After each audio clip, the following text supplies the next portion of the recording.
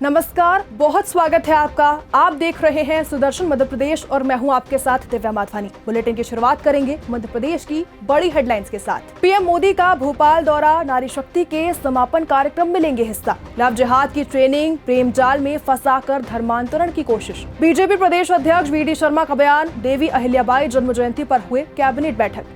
अब खबरें विस्तार से। खबर भोपाल से है, जहां पर नारी शक्ति को समर्पित एक ऐतिहासिक कार्यक्रम का समापन अब प्रधानमंत्री नरेंद्र मोदी की उपस्थिति में होगा।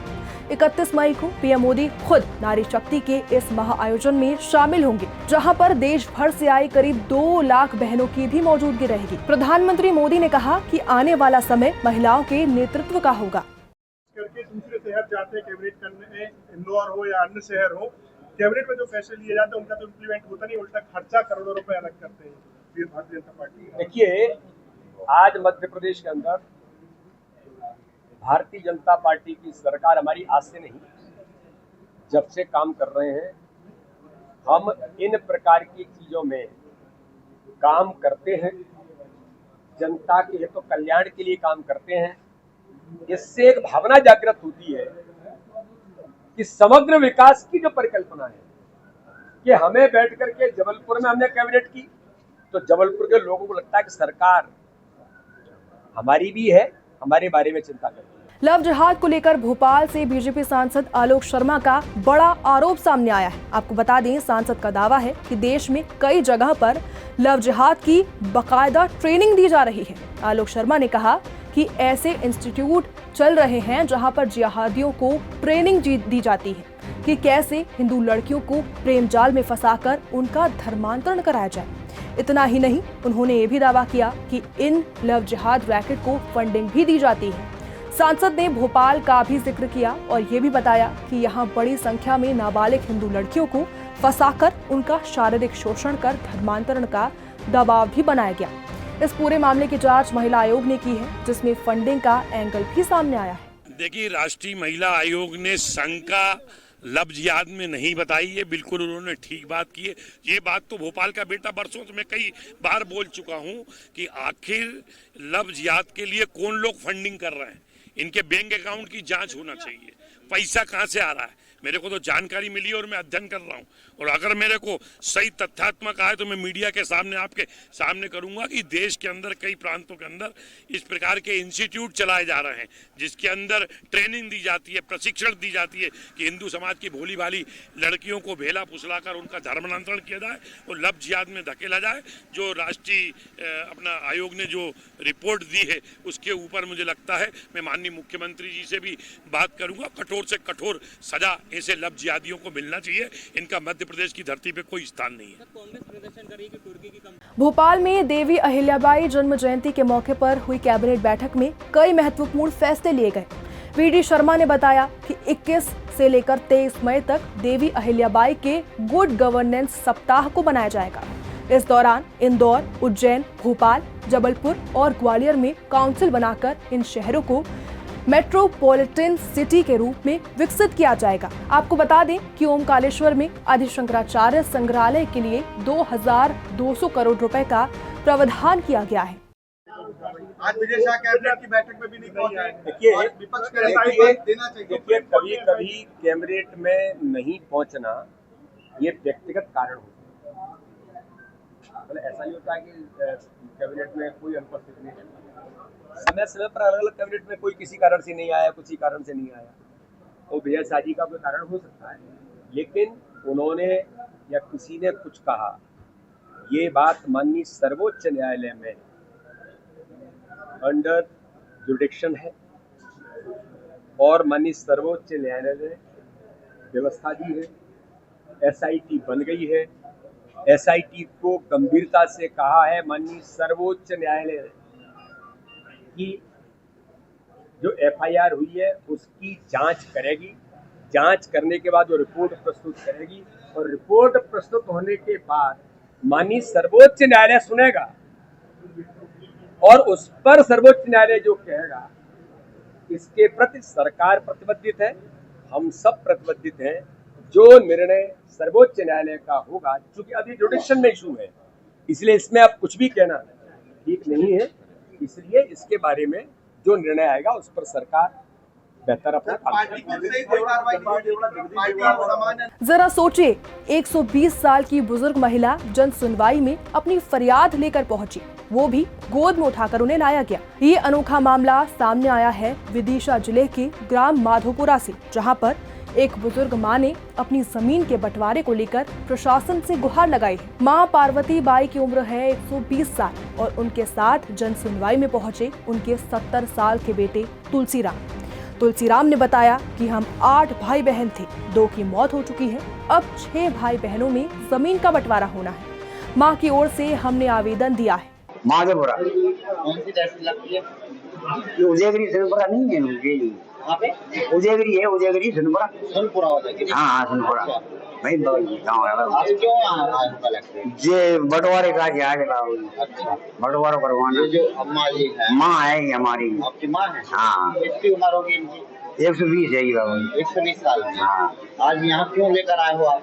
जहाँ से रहते सुनवाओ पटवारी हिसाब से मैंने कही थी, मैंने बाबू तुम वो कागज लगा दो हम बंटवारे का, हम नहीं लगा रहे, तुम्हें लगाना है। अब अगली खबर भोपाल से, जहां पर नेता प्रतिपक्ष उमंग सिंघार ने मंत्री विजय शाह के मामले पर भाजपा पर कड़ा हमला बोला है। उन्होंने कहा कि भाजपा अब खुद को सेना और जनता की भावनाओं से भी ऊपर समझने लगी है।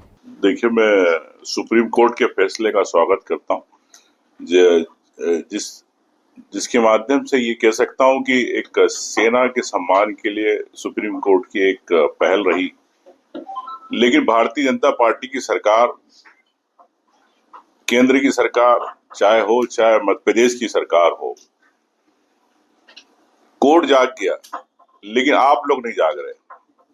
माफी अयोग्य, जिस प्रकार से सुप्रीम कोर्ट ने टिप्पणी करी कि यह आपका जो कृत्य है ये माफी योग्य नहीं है, लेकिन भारतीय जनता पार्टी को लगता है कि ये योग्य है कृत्य, इसीलिए सरकार ने अभी तक आपने मंत्री पद से इस्तीफा नहीं लिया। तो इसका मतलब पूरी जनता को दिख रहा है, देश की जनता को, प्रदेश की जनता को दिख रहा है कि ये माफी योग्य इनके बयान नहीं है। लेकिन भारतीय जनता पार्टी की सरकार, मोहन यादव की सरकार और दिल्ली की सरकार, बीजेपी की सरकार को दिख रहा है कि योग्य कृत्य है। इसका मतलब यही हुआ। तो मैं समझता हूं कि अगर Bharatiya Janata party supreme court के आदेश या टिप्पणी से अगर गंभीरता रखती है तो तत्काल विजय शाह का इस्तीफा होना चाहिए। भोपाल सार्थक कर्मचारी संघ का पहला अधिवेशन बड़े धूमधाम से संपन्न हुआ। इस मौके पर 3000 से ज्यादा नगर निगम के कर्मचारियों ने इसमें भाग लिया। सभी कर्मचारियों का संघ ने स्वागत और सम्मान किया। भोपाल में करीब 1 साल से नगर निगम सार्थक कर्मचारी संघ कर्मचारियों की समस्याओं को शासन, प्रशासन और निगम कमिश्नर तक पहुंचाने का काम कर रहा है।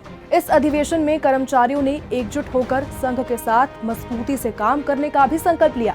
इस मौके पर नगर निगम के कई जनप्रतिनिधि भी उपस्थित रहे और कर्मचारियों के हौसले को बढ़ाया। संघ के वाइस सचिव हामिद खान ने कहा कि इस संघ का उद्देश्य कर्मचारियों के हितों की रक्षा करना है और उनकी समस्याओं को जल्द से जल्द हल करवाना है। यह अधिवेशन कर्मचारियों के लिए एक नया उत्साह भी लेकर आया है और आने वाले समय में संघ और भी मजबूत होकर काम करेगा। नगर निगम भोपाल सार्थक कर्मचारी संघ का प्रथम अधिवेशन था। आप सबने देखा होगा कि कितनी तादाद के अंदर माता बहनें और कर्मचारी साथी यहाँ पर उपस्थित हुए हैं। सारी माता बहनों और कर्मचारी साथियों का यहाँ सम्मान रखा गया है। सार्थक कर्मचारी संघ की ओर से